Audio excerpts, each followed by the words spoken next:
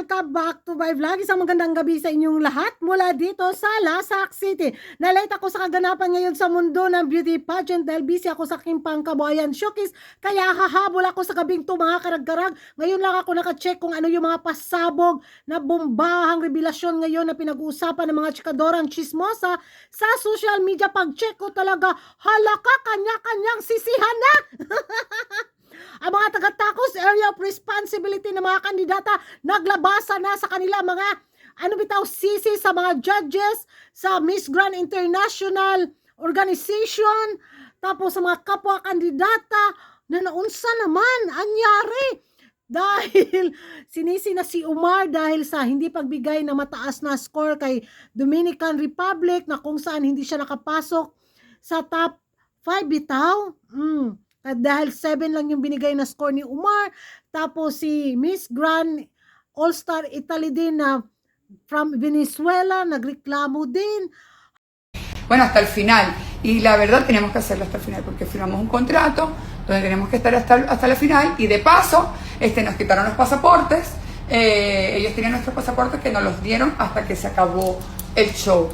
Yo me imagino porque bueno, ellos sabían lo que muchos se querían ir y no pudieron irse. Entonces, imagínense el estado anímico y mental de muchas que estaban allí.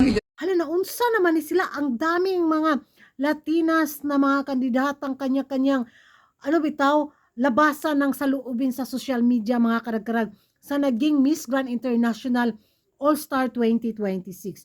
Yung hindi pa nila matanggap na natalo sila, yung hindi pa nag-sink in yung mga pangyayari kasi All-Star to, tapos mga veterana na sila, tapos sabihin natin maganda sila, kaso naligwak ganun sila sa corona, naligwak sila sa highest placement, kaya yung punterya nila ngayon is ang organisasyon, ang mga judges, kung bakit sila natalo.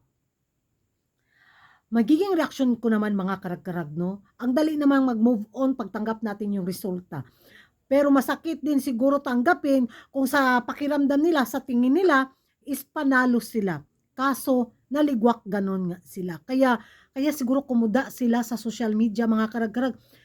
Kahit kumuda pa sila ng milyong beses, kahit kumuda pa sila ng isang dekada, hindi na talaga mababawi yung resulta. Tapos na yung laban.